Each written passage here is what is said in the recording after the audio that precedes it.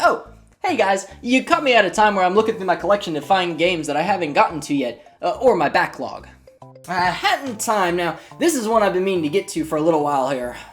I think it's about time that I change that. I gotta say, that was actually a lot of fun. I battled against 98 other players for a chance to make first place, so I was able to knock out 8 of them, but then in the top 10, I got knocked out by a ×4 combo by some jerk. I may have played a little bit of Tetris 99 instead of a Hat in Time. Damn it. Collecting games is so much fun. You get to go to the store and see what they have new each week. Sometimes you'll see a game that you've been looking for a long time in stock. Other times you'll pick up Transformers. Video game collecting is an experience unlike anything else. This form of media is so endless and fascinating that simply picking up a game to add to your collection for no reason is just so satisfying. Now you may be saying, Kevin, you seem really excited about buying that game. Do you have that same level of excitement when you go home and play the game? Wait, I'm supposed to play these things? So something a lot of collectors run into is buying more games than we have time in the day to play. Think about it. You walk into your local video game shop and you buy 3 or 4 games that are 20 plus hours each. If it's an RPG, it's 100 plus hours. And between sleep, work, eating, cleaning, playing Tetris 99, and buying more games, it's hard to actually get to every game that you bought. And over time, the amount of games you haven't gotten to is going to get larger and larger and even larger. This is known as the video game backlog, and it is something every gamer has. Unless you own exactly 1 or 2 games, there's gonna be at least that many or more games that you own that you haven't gotten to yet. Having a backlog is one of the biggest problems for gamers in this day and age, and it doesn't just stop at buying physical games. Digital games suffer from it too, with the biggest culprit being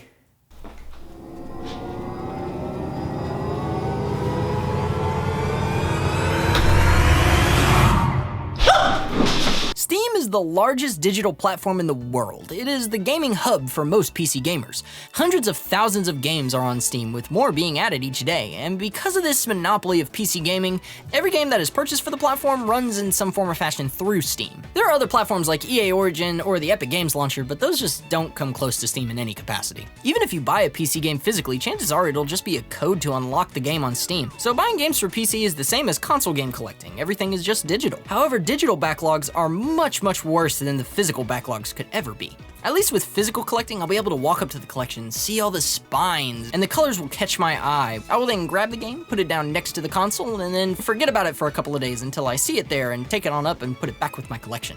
But at least I made an effort to try and take it down there to play it. On Steam, everything is just white default text with a gray background, so it's very easy to skip over a game while I'm looking for it, or forgetting that I own it entirely. And to make things even worse for the backlog, Steam has annual sales that give super steep price cuts for games that are just absolute steals. You'd have to be an absolute idiot to pass on some of these deals. So many people will pick up games, and because of the poor collection logging, they will forget that they own the games entirely. So backlogs for PC are usually the most extensive, but luckily, I have a solution for your serious problem that wasn't a serious problem until I said it was a serious problem. Here is my patented 4 steps to clearing out your backlog. Pick 1 to 2 games you want to play through. Usually I'll grab 1 game for 1 console and 1 for a different console, just to keep things spicy. Keep those 2 games as your main options until you are finished with them. Once you're done with those, move to 1 or 2 more. I've tried grabbing 7+ games at once, and usually I'll get intimidated by the large stack and just won't get to them. I'll put them off because it's just too intimidating to try and get through all of those. Usually just grabbing 1 or 2 is way less intimidating, and when you get home, you can just sit down on your couch and prop up and put the game in. Going through the backlog should be like saving up for a big purchase. Chip away at it over time versus taking care of all of it at once. Keep the games near your consoles, or if you're on PC, make a desktop shortcut for those 2 games that you've picked out. If you're like me, keeping those games you would have picked out away from the rest of your collection will keep you from losing focus on finishing those selected games. I will always get distracted by another game on my shelf when I go to grab the selected game. On PC, putting it on your desktop keeps the selected games away from being drowned out of the sea of white text in your Steam library. Having a desktop shortcut also saves time for having to log into Steam and wait for the client to load. If you don't like having desktop shortcuts, then pin them to your taskbar. That can work just as well. Don't feel compelled to beat or complete the selected games. If you're a completionist gamer, then great. You can skip this step, go on right to step 4. As for everyone else, play the games to a point where you want to play them to. If you play 6 hours of Sonic Lost World and feel that you've gotten everything that the game has to offer, then mark it as done and move on.